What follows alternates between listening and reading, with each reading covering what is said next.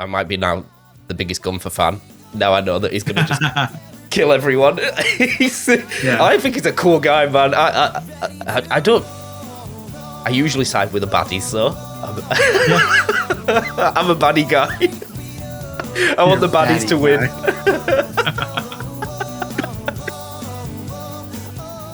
What's going on, guys, and welcome back to another episode of the Dual Hemisphere Hangout.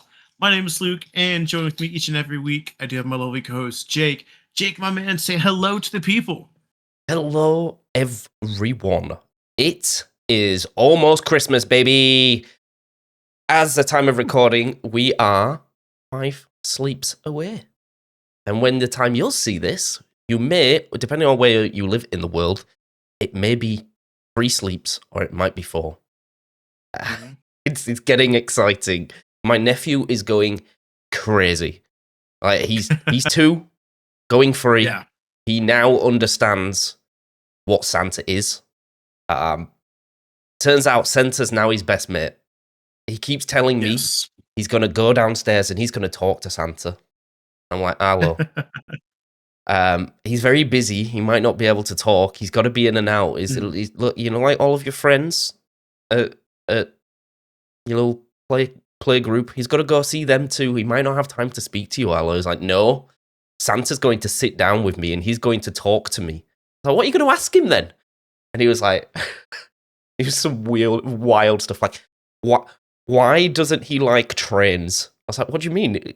Santa likes trains. He was like, no, he goes round horse and carts. It's like, you mean reindeers? He was like, yes.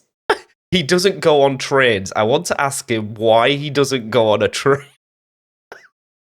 And it was very cute. It's very puts a different perspective on Christmas that I haven't seen in a long time because I'm old, and I found out at like 5 or 6 that Santa wasn't real, and my mum took the credit for it. But seeing the Christmas special like occasion reinvigorated in young Arlo has made me rethink Christmas a little bit. It's going to be very different for me this year because it's going to be 39 degrees and by myself. It's the first time I'm spending Christmas away from the family, so I'll probably just sit and vegetate and maybe play on the Switch. But I'm on call, so I can't go crazy. Can't go crazy. I might get called in at work. Other than that, we've got a fair little whack to talk about. And we touched on it last week. It was John Cena's last match. And, it's finally over. I'd like to hear your thoughts of opinion. I could give mine as a neutral if you want first.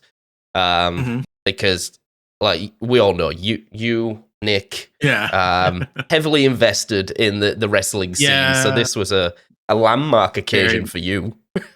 Yeah, very much so. Honestly, I'd like to hear, like, your take on it, because I think this must have been like the first time you've watched a wrestling event like kind of start to finish in a long time, if ever, right? First ever. Like, I wouldn't say start to finish. When did I come in? I feel like it was one of the tag matches. You came in like at the first or second match. Okay, so I didn't miss much. I can't remember. I'll scroll through our messages. Other than that, I also showed Luke my PlayStation wrap-up, which was a grand total of 16 hours played on Skate. Literally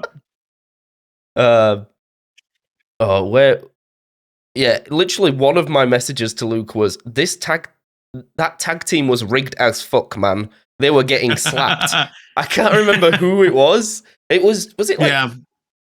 It was AJ Styles and Dragon Lee, and then Javon Evans and Leon Slater, who was an Englishman. Leon Slater was, so that was they definitely were very high octane, and they definitely made like a botch, and that's why they kind of had to wrap it up. But did they botch it? Still good. Is that what it was? Yeah, he was one of the guys, AJ. He was supposed to he botched one of his top rope moves, and he was jumping over it, and he slipped, so they had to adjust it on So normally he would have probably countered it a specific way, and then AJ would have countered it, and you still would have gotten the same finish, but it would have looked much more cleaner and not much of like, oh shit, we fucked up, but we still got to end the match this way kind of finish, which happens because it's all live action. But yeah, it was. I enjoyed that tag match though, because that was, as a neutral, it was very fast paced. I liked that. It set me off on like a tangent of, okay, or maybe every match is like this, and then it slowed down so much. Like the high octane of literally the bell went and it was instant, just slap across the face. And then after that, it was female match, I believe. Yep. Mm-hmm. That was crazy. Crazy moves. Mm-hmm. Yes. the lot of aerial stuff, and then obviously the big match. The moment we've all been waiting for. John Cena. Well, Gunther came out first, and was a good ring entrance. I thought it was pretty decent. Crowd were a bit lame, not gonna lie, but you've got to show the heel some stick. Producers were working overtime with the mute button. Yes, very much so. And then the big man himself, Cena, came in. It was very nice to see. Like, I have seen entrances before, but seeing the last one was nice. The unfortunate thing is they didn't catch the camera swap, which which I think Cena did a while back. Is it the same camera guy that's been going all this time? That's crazy. That's actually cool as hell. But it seems that they didn't get the right feed, because it swapped to just focusing on Cena while he was doing the whole, and it would have been nice to see the camera guy. And then you get into the match, and it's sort of what I expected. What I would say is, if I hadn't have had any previous knowledge of passing on the torch, like this is just like my first ever match I've watched, I would have said Cena should have won that. There was plenty of times where I said to Luke, like, they almost got me. I think after the third time Cena did a finisher, I was like, surely it's got to be now, of all times. But I knew that he was going to lose. I think the choke for me was a bit long drawn. But all in all, great spectacle. At first, I didn't like the fact that he smiled when he went out, but I kind of get it now. Like, he's meant to be reminiscing over his whole career. Like, his whole life flashed before his eyes. Like, I get that. Yeah. Like, he's meant to be being choked out. So he's like, it's like every movie, right? They just end up like smiling and passing away.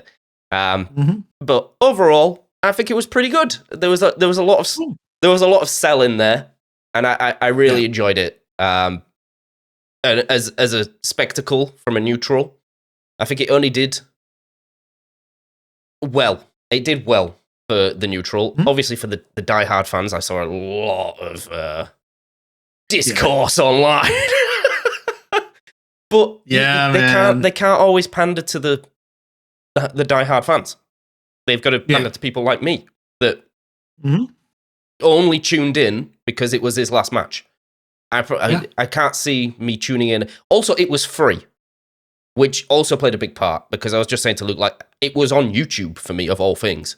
I was scrolling through and it said Cena's last match live. I clicked on it. I was like, yo, this is the full event. I was expecting someone streaming it. Not gonna lie. Yeah, fair. But it was a full production value. So hats off. We need more free events. I think we touched on that in the previous podcast. Give us more free events. Now we'll get the professional opinion of what actually happened. Other than me just going, let's go, Cena. But that's the beauty of it, though. Like, wrestling, it's like anyone can like hop in. They paint a story that Jake was able to follow. Like, oh, this is his last match. He's been doing this for a long time. Okay, everyone wants him to win. Like, oh, here is the generic bad guy, but he plays the role really, really well. Like, I'm supposed to not like this person, right? So, like, they do a really good job. Like, again, going to the casual audience or the people who aren't nearly as invested. So, like, overall, like, the show I thought was fine. I think it was a great show. Well, great's a strong word. It was a solid show. Like the matches leading up to Cena's match was good. Showcasing the new talent, that was kind of the theme of the night. Was, Cena wanted to put a spotlight on the rising stars in the future. So, you had the current champion Cody versus the NXT champion Obafemi. NXT, by the way, for you, Jake, and for people who might not know, is they're kind of like it's like they're under development. So, like, think of it like in soccer, like you've got your Premier League, and then you got the league right below it, right? Like that's kind of like what NXT is to the main roster.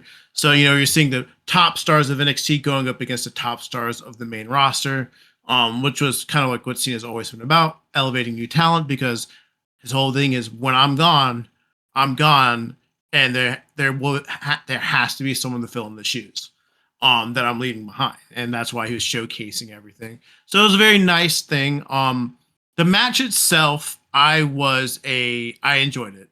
I thought, I'm a very big proponent on, traditionally wrestlers go out on their back. They pass the torch on to build a new star in the making, or make a moment, right? Cena tapping out, the quote unquote, like, his whole thing is like he would never give up, and he finally gave up. And it's just like, he would never do that. That's like everyone's big conniption. Like, you made the guy who said he would never give up. And they're blaming the creative, they're blaming the booker, because it hasn't been a really great year, that people haven't been the biggest fan of his retirement run, because he had the heel turn, which kind of floundered, and then he turned face randomly. So like, it's been a mixed bag the entire run.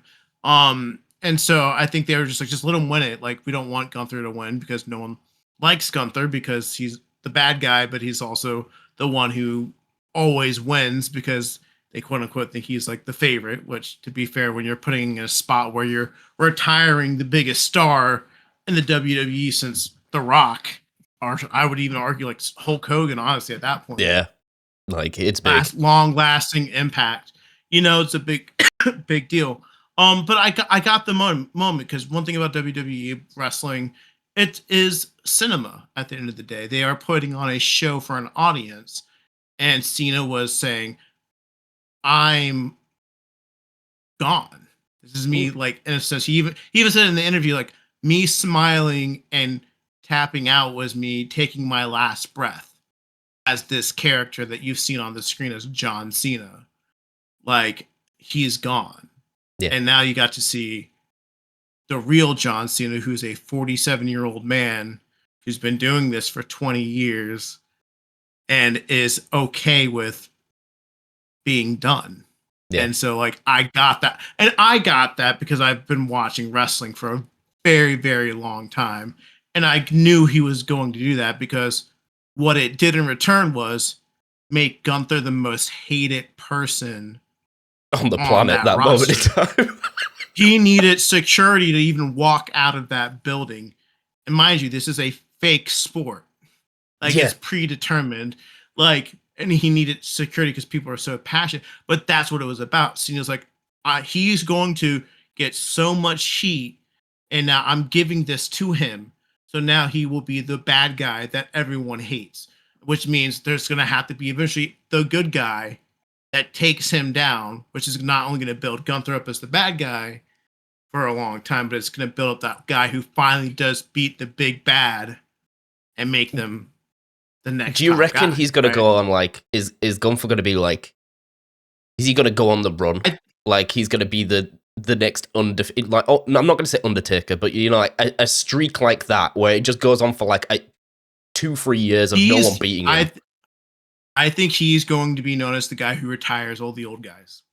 Yeah. Like the guys who are getting ready to I mean, he looks the part as well. The guy's huge.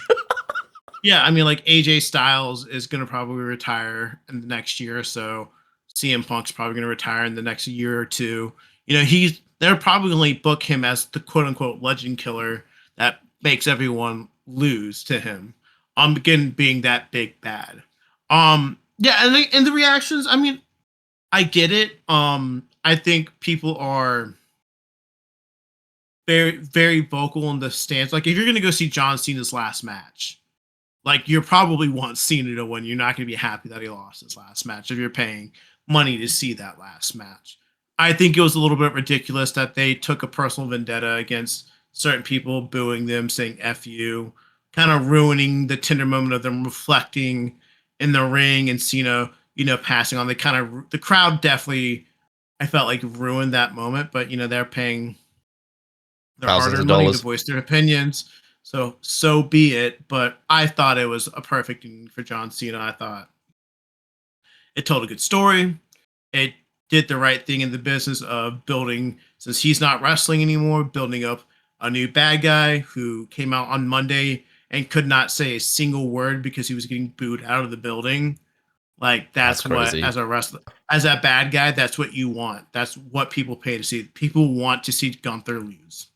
Like now. in my mind, that they obviously haven't had a bad guy in a while.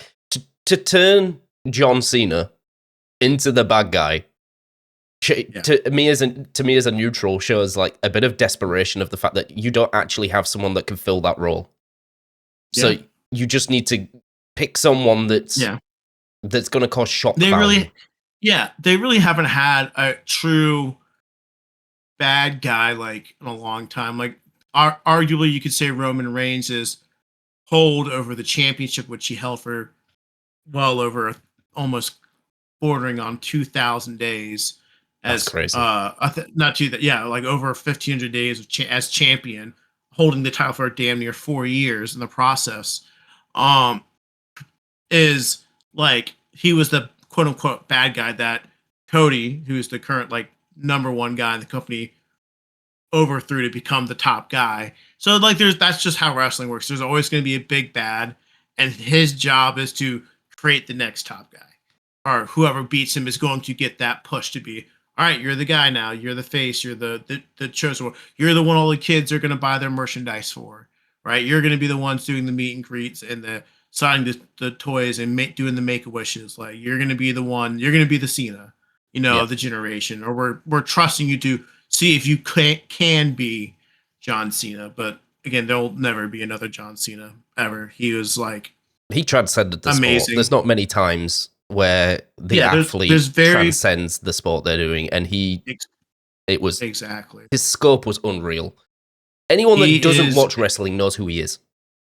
Exactly, that's the thing. Like you know who Hulk Hogan is, you know who The Rock is, you know who Stone Cold Steve Austin is, you know who John Cena is, right? Like you just know, and like that's it exactly. He transcended the sport itself, and he's gonna be missed. I'm glad that he got to do this for the last year. He got to kind of go do his own thing, build new stars, got to try to play the bad guy for the first time in his career. It was definitely a ride, and it's over, and that's okay. And I was a sucker. I got a little emotional, like watching it, like the tribute and the top guys like putting the belts around him and be like, "You are the champion." That was a little emotional. As someone who just, John Cena was like my Hulk Hogan, and this is like he was the guy that was always on top. And as a fan, you got tired of seeing him always win. That was kind of the thing. He was always like people, the kids loved him, but the guys who were like me were like, "Oh my god, I'm so tired of Cena always winning," yada yada yada. But like, at the end of the day, kind of can't help but not love the guy because he was the guy at the end of the day, and he gave his life for 15, 20 years just to put some smiles on kids' faces. And now these kids are adults now, like myself, and are bringing their kids to shows, and now they're cheering on Cody Rhodes. And that's the whole full circle moment of it, which is pretty cool. Anyway, it was I was happy with just a good event. Like I couldn't see a better way of sending him off. Like, because I don't think you get that reflection moment if he wins.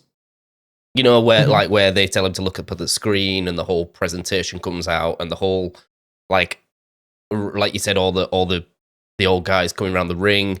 You don't get that if he's won, because you're celebrating, you're enjoying the moment that your whole career is like come down to this one win, and you don't get that reflection until usually you go backstage and it all sets in. Like that's what happens if you win in any sport. Like I watched Lando Norris win the F1 championship, his first ever championship. That guy did not have a single thought of what that season went through. It was just there in the moment with your family and friends, just pouring champagne everywhere, because that's what F1 does. Non-alcoholic champagne. Yeah. But yeah, and then he comes out and says, like, a day later, like, oh, now it actually feels real. And I don't think he would have got that if Cena would have... No, it wouldn't have felt real that was his last match.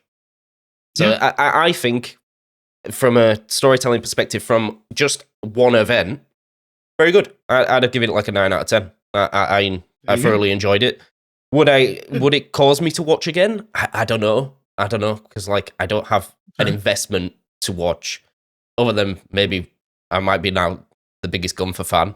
Now I know that he's going to just kill everyone. I think he's a cool guy, man. I don't. I usually side with the baddies, so I'm a baddie guy.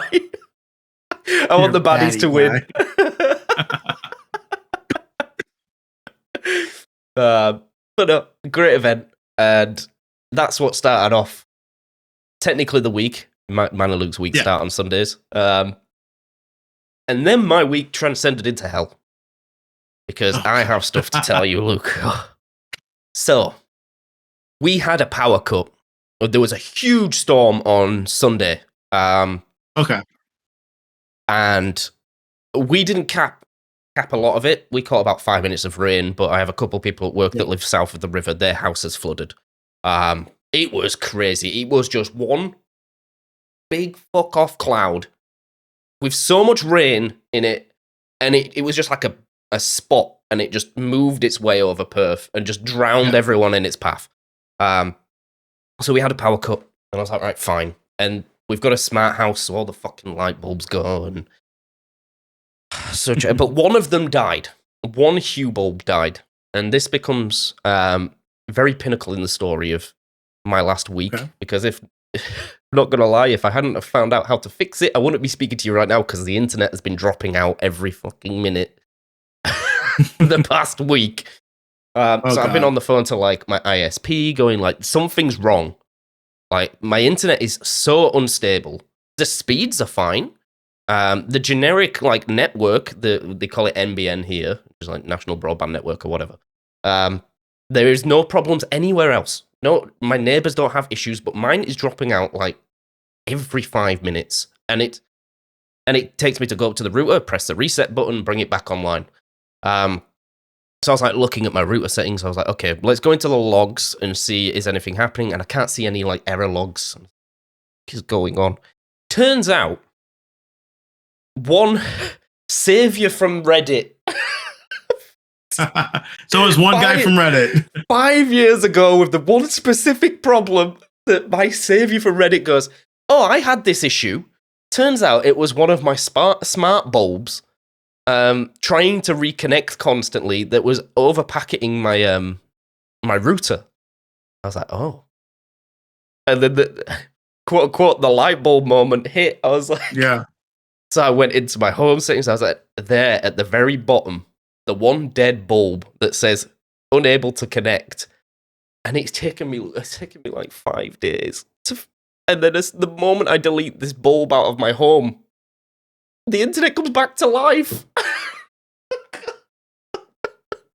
And I have literally spent the past 5 days on hold to the ISP. I must have been on hold for about 5 hours in total, just to speak to someone that goes, have you turned it off and on again? Or can you just go into the router settings and click factory reset? It's like, I've already done this like multiple times, to a point where I did have an appointment for someone to come this morning and have a look at it, but I fixed it myself. Yeah. And whoever you are, that one Reddit person that posted that in r/, I don't know what it is, like home tech or router problems, I owe you my life. Yeah. I haven't been able to watch YouTube. I haven't been able to watch Netflix. I haven't been able to watch nothing. My life revolves around the internet. Yeah. And it was taken away from me. Until today. Yeah. No, that's wild. Now. It's like, bye, guys. Dude, I'd be up. I would be not happy. I'd be like, get him over here. No, that's wild though. Just one smart bulb trying to reconnect fucked your entire internet up for damn near a week is insane.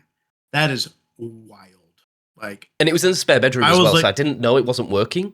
And it was like I had to scroll down to see it, and I was like, "What's going on?" But that has been my week, Luke. That and a busy one at work. I had 2 Christmas parties, which fun. So I was hungover last week. I'm not as hungover this week because I was very smart and I made my train, so I didn't have to stay 2.5 hours on the station. Yes, I made my train.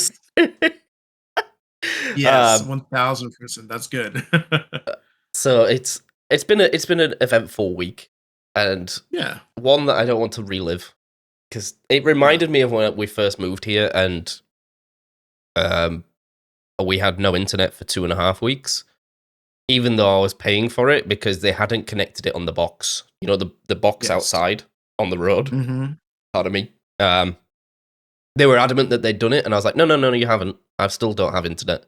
And it took took 2.5 weeks for a guy to come out and fix it, which was the struggles of every time, man. I plan, and I plan, and I plan, and every house I've moved into, the internet has failed me.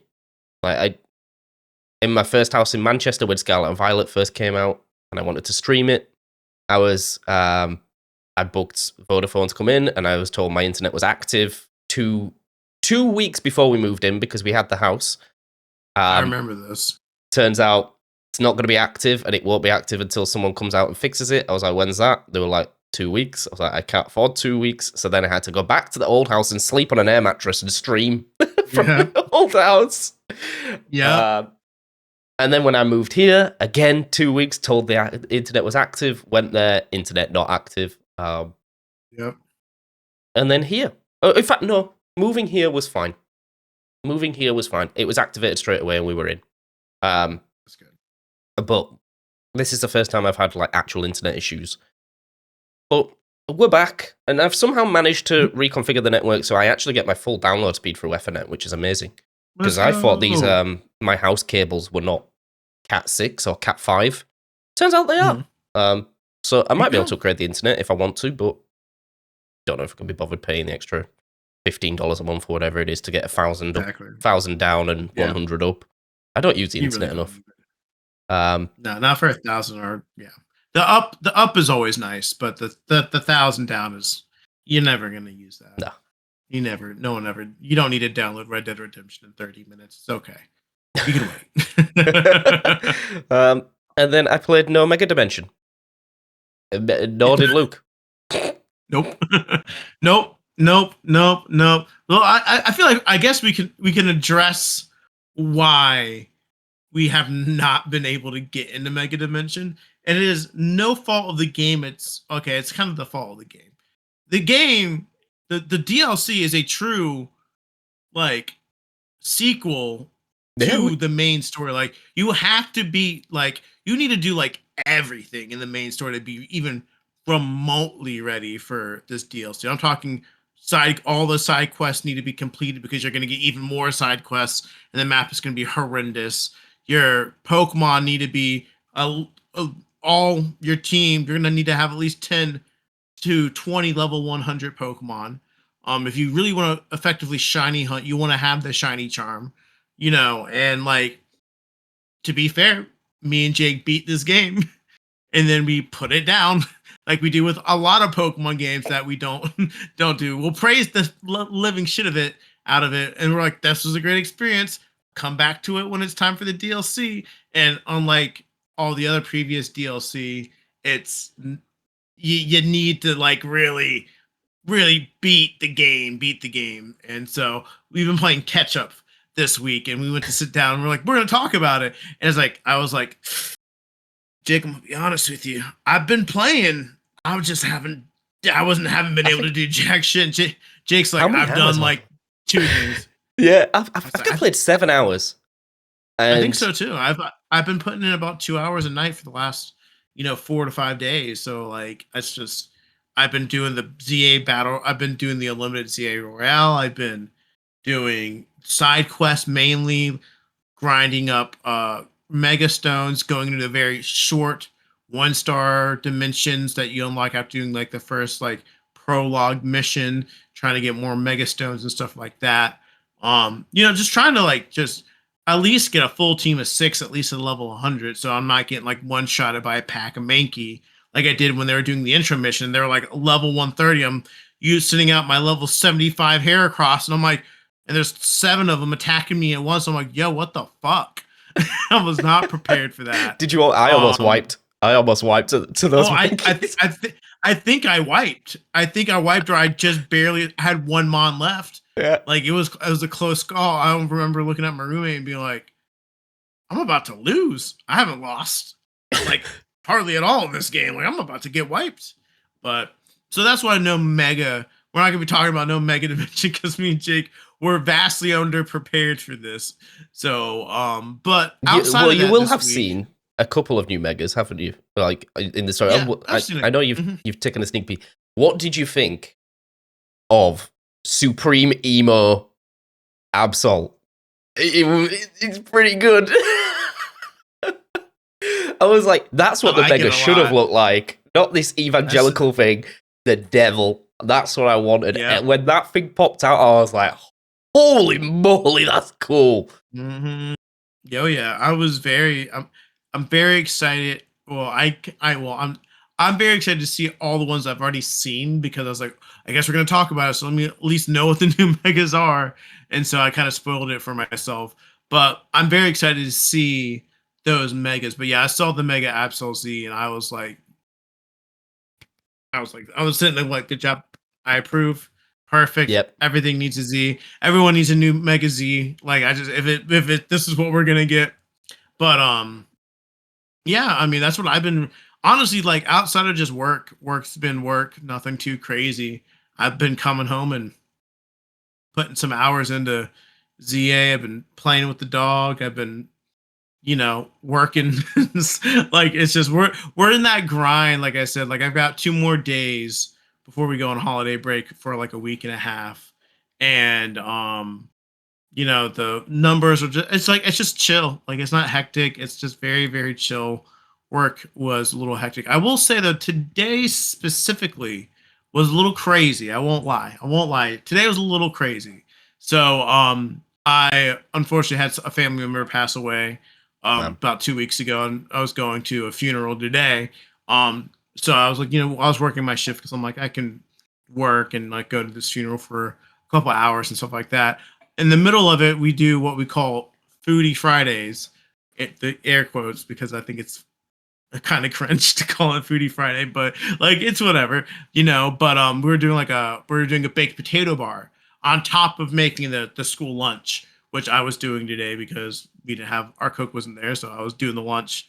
And then halfway through, me and my executive director are banging this stuff out, and then she gets a call at like 11 o'clock that we have a visit at another school from social services, which is a normal thing that happens, but she has to be at all of those.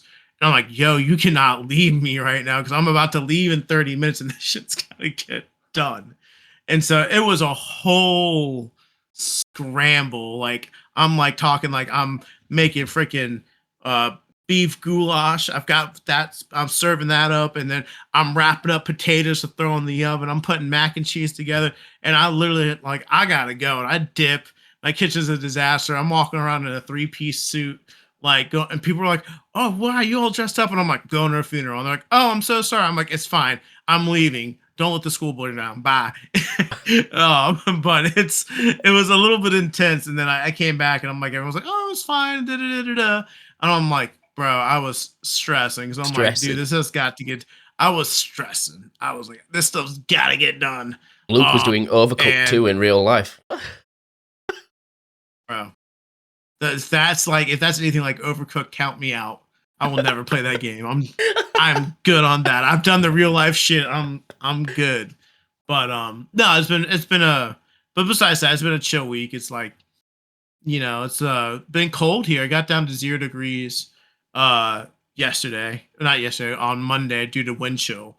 It was 32 degrees, but we had like a northeastern wind.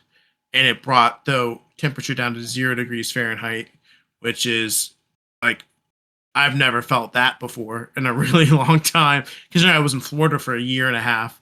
I was like, I didn't know what cold was. My poor dog was like, "What the fuck is this?" Like we walked outside. She won't have a big coat, will she? She'll need an outdoor coat. I bought her a coat, so she's good now. But like, she has very little fur, and I remember I walked out there, she walked out there. We both looked at each other, and she just started sprinting and be like, "What the fuck is this?" She's never felt this cold a day in her life. I'm like, "You need to piss and shit, and we need to run inside right now." And we're just going for it. She's like, "All right, word, Dad, we're getting this done." That was I told her mama, I told her mom, I was like, "Yo, this dog took the quickest shit I've ever seen." She didn't sniff. I said, "Go poop," and she said, "Word, I'm going now." Mission accomplished. Mission accomplished.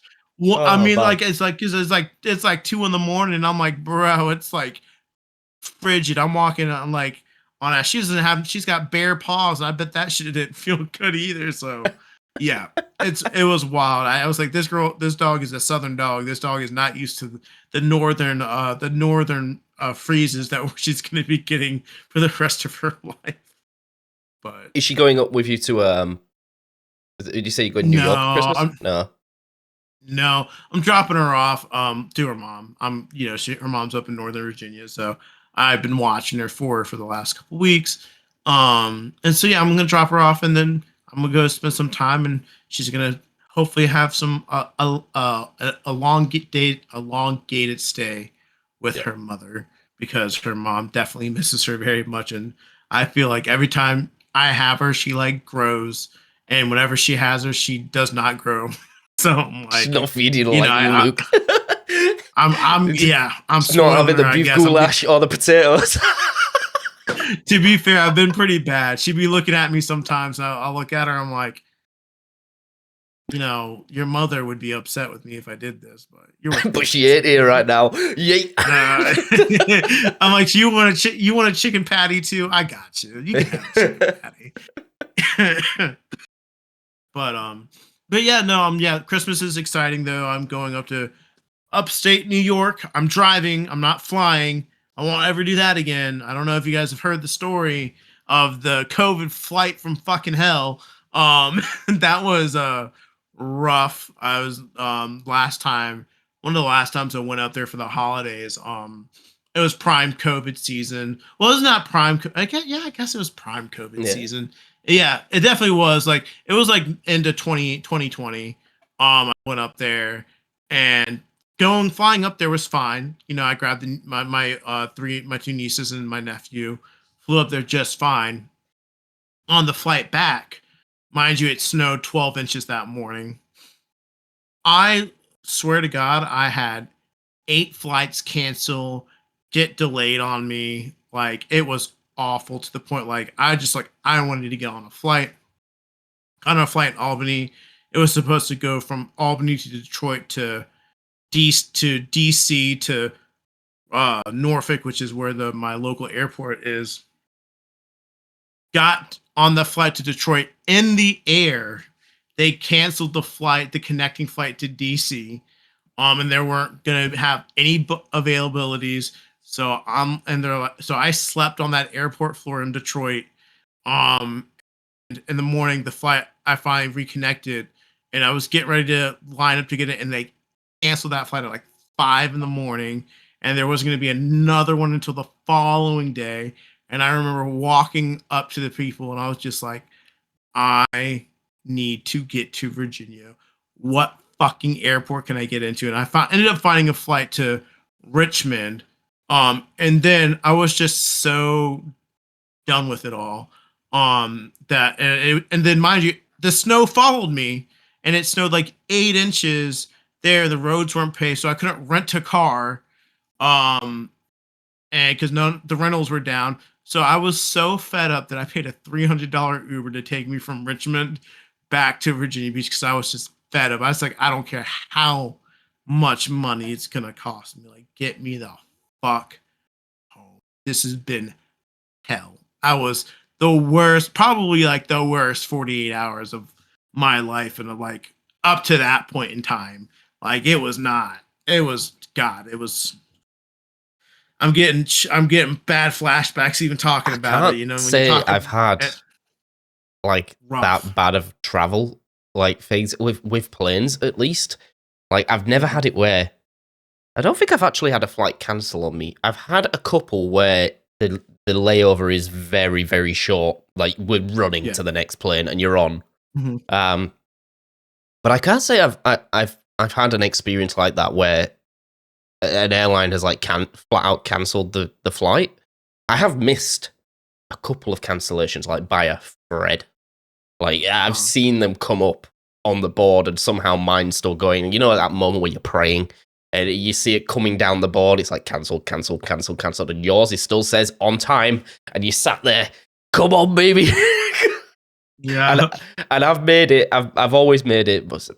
And then, God forbid, when I went, there was a volcano in like I want to say Iceland, somewhere up north in Europe, that blew up. That fucked everyone. I missed that by like a week. And then, I mean, second time I went to Florida, I missed Katrina by a week. Like, fuck. So, I've got this knack of just missing natural disasters by a week. You bring the natural you bring the natural disaster like with you. Like you fly over and they're like, yeah, you're just the 1 week I've later. never had that perspective of that I am the harbinger. You're the harbinger. You're literally the Absol of you're the disaster Pokemon. Like you're the one that's bringing this shit and like, hey, nope, there's Jake, guys. Something's gonna happen. Everyone stop what we're doing and get prepared. But saying that, when I moved to Perth, they had the wettest and coldest winter they've ever had. Bro, like that shit happened to us in Florida. We fucking we were reconnecting with the fam and freaking at the funeral, like the gathering, and people like the family haven't seen. Like, oh, how was Florida? I was like, it was alright. It was pretty cool. And I'm like, oh, you didn't like it? It's like, oh, I'm gonna be real. The year and a half I was there, first in Tallahassee occurred. Like, got there, first 5 days of being there, 2 tornadoes ripped through Tallahassee for the first time in 25 years. You know, before that we had 2 category 4 and 5 hurricanes roll through us in like September and October, like barely missed us and fucked everything else around us up. And then first snow in 20 years. I thought I escaped the fucking snow and it followed me to fucking Florida. And then we had a freaking, like, I don't mean to be morbid, but we had a freaking school shooting at one of the biggest universities. I remember, like, I'm like, we are just the worst luck for this city. Like, we've been down here and all these firsts, it's never happened in 20 plus years. It's happening the year we're here. I'm like, we need to leave. We need to give Florida a break because, like, it's like every little thing. Like, it's like, I was upset. I was like, yep. And then I came back to Virginia and everything's been normal other than the time it was really, really cold. I'm just fingers crossed. Nothing crazy happens now that I'm back. It's nice to have some. Maybe it's a sign, Luke, that we should not be moving. Like, just don't move. No, just stay where you are. Don't move. It's not worth it. I'm not moving. They didn't want me to leave Virginia. They were like, come back to Virginia and everything will come back afloat, I guess. I don't know, man. It's crazy. But yeah, I was thinking about that because they asked me. I'm like, oh yeah, all that stuff did happen. I'm like, yeah, that's like not cool. And they're like, oh my gosh, that's actually insane that happened the entire time you were down there. I'm like, yeah, I lived it. I would know. Yep, guys. Maybe we are the harbinger. Maybe it is me. Maybe it is us. Like, we're the problem. It could be. Well, to be fair, that didn't happen when we went to Orlando the last time. You were fine. Nothing crazy happened. I remember barbecuing in the middle of a storm, but those storms were every day, so it didn't. Yeah, that was normal. That was normal. You didn't bring that. That's just Florida at that point. Every day, without fail, it rained at 3 or 4 o'clock. I'm like, here's the 3 o'clock rain. Like, without a doubt. You could feel it. You could feel it coming. Yeah, by like the 3rd day, we had a sixth sense for it. We were like, it's coming. Take cover. And all these poor people still stood there in the queues and the lines. It's like, nah, mate. You silly people. No. So, you silly tourists. Yeah, we were the locals at that point. We were good enough to be locals. Oh my goodness, that was a time. So it's fair.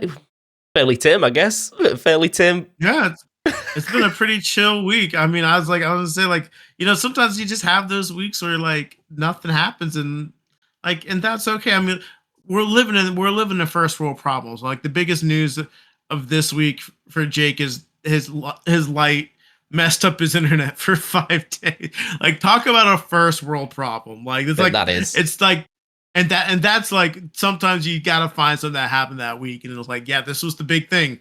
Internet went out.